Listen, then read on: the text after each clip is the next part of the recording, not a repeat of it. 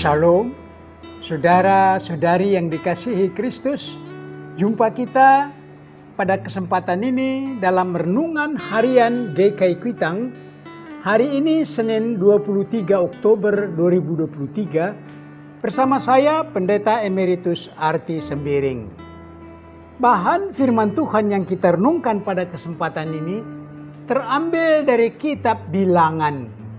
Bilangan pasal 7 ayat 1 sampai ayat 2. Saya bacakan untuk kita Bilangan 7 ayat 1 sampai 2. Pada waktu Musa selesai mendirikan kemah suci, diurapinya dan dikuduskannya lah itu dengan segala perabotannya, juga mesbah dengan segala perkakasnya. Dan setelah diurapi dan dikuduskannya semuanya itu, maka pemimpin Israel, para kepala suku mereka, mempersembahkan persembahan.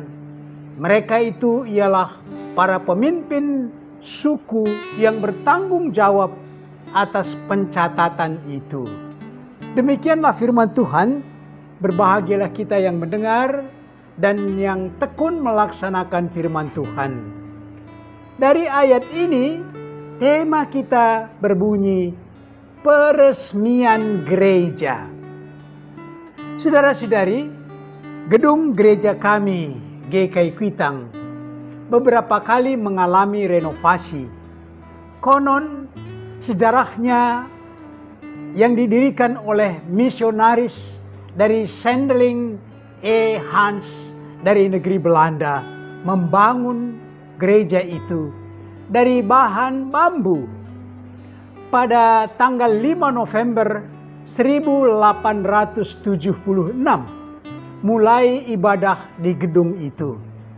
Pada saat itu tentu itulah yang terbaik mereka lakukan, yang turut mengikuti perkembangan kota Jakarta, Batavia pada saat itu. Tanah tempat gedung itu berdiri sekarang telah berdiri rumah ibadah gedung gereja GKI Kuitang, yang kehadirannya juga mengikuti perkembangan kota dan mengikuti suasana gedung di sekitarnya. Saudara-saudara, selesai renovasi terakhir tahun 2022, diadakan perayaan atau peresmian setelah direnovasi yang meriah sekali pada zaman itu, pada waktu itu. Saya rasa yang paling kita rayakan dan syukuri adalah gedung bambu yang dibangun oleh mereka tahun 1876 itu. Karena setelah itu renovasi berikutnya dilakukan agar tempat ibadah itu turut dalam perkembangan zaman, perkembangan kota, dan sesuai dengan kebutuhan jemaat untuk beribadah dan melakukan pelayanannya. Saudara-saudari, bahan renungan kita ialah sewaktu Musa telah mendirikan kemah suci atas suruhan dari Tuhan. Kalau kita baca pendirian kemah ini dari kitab Keluaran, maka petunjuk membangun kemah itu dengan segala peralatannya dan perkakasnya sangat rinci. Musa melaksanakan sesuai dengan perintah Tuhan, dan bahan-bahan pembangunan kemah suci itu dikumpulkan dari semua umat dalam perjalanan itu.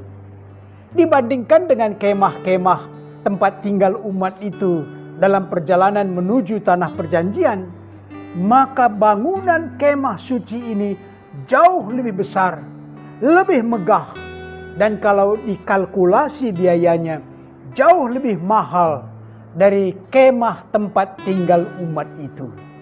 Selesai setelah kemah itu dibangun, dan ayat renungan kita mengungkapkan satu perayaan besar, peresmian gereja ini, kesempatan semua umat sesuai dengan pengelompokan suku-suku Israel akan membawa persembahan yang sangat besar dan mencerminkan keagungan kemah itu. Kami sarankan, sempatkanlah membaca seluruh pasal 7 ini. Ternyata Tuhan berkenan atas kemah itu, sehingga kemuliaan Tuhan memenuhi kemah suci itu. Selama perjalanan Israel di padang gurun, kemah suci ini turut dalam perjalanan sampai menetap di Yerusalem pada zaman Daud. Oleh Raja Salomo, kemah suci ini diganti dengan gedung dari batu, kayu, peralatan emas dan perak. Akhirnya bait Allah ini telah dihancurkan dan dijarah oleh tentara Babel karena umat tidak lagi beribadah benar. Tidak lagi dengan benar beribadah di rumah itu. Saudara-saudari, teringat perayaan peresmian gereja di sebuah desa.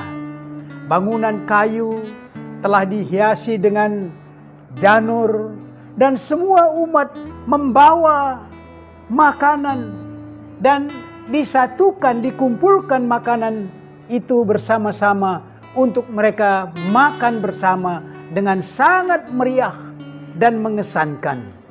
Saya rasa tidak kalah dengan pentahbisan kemah suci pada zaman Musa ini.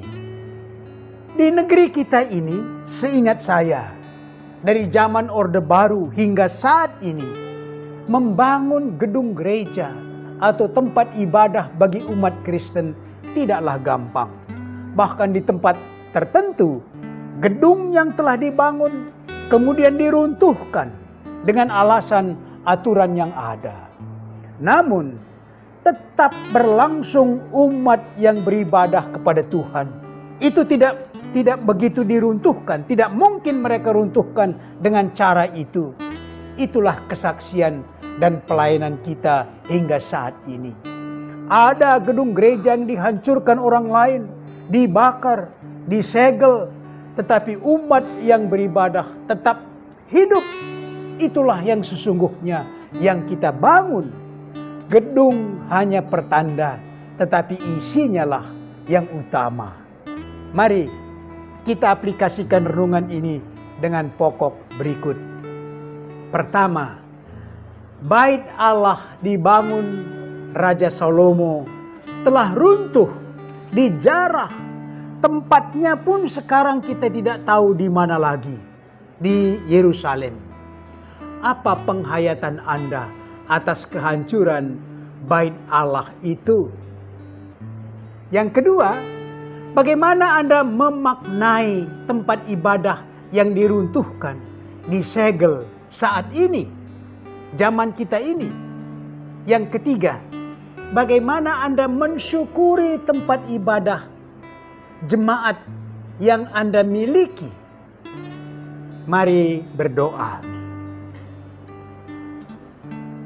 Allah Bapa dalam Yesus Kristus, kami bersyukur ibadah kami memuji dan menyembah Allah tetap kami laksanakan. Tempat ibadah telah berdiri dari zaman ke zaman karena kami membutuhkan semua tempat dan sarana ibadah yang kami sangat butuhkan supaya terlaksana ibadah, kesaksian, dan pelayanan kami. Kami mohon agar di negeri kami mendapat kemudahan membangun tempat ibadah yang kami butuhkan. Inilah doa permohonan kami dalam Kristus Tuhan. Amin.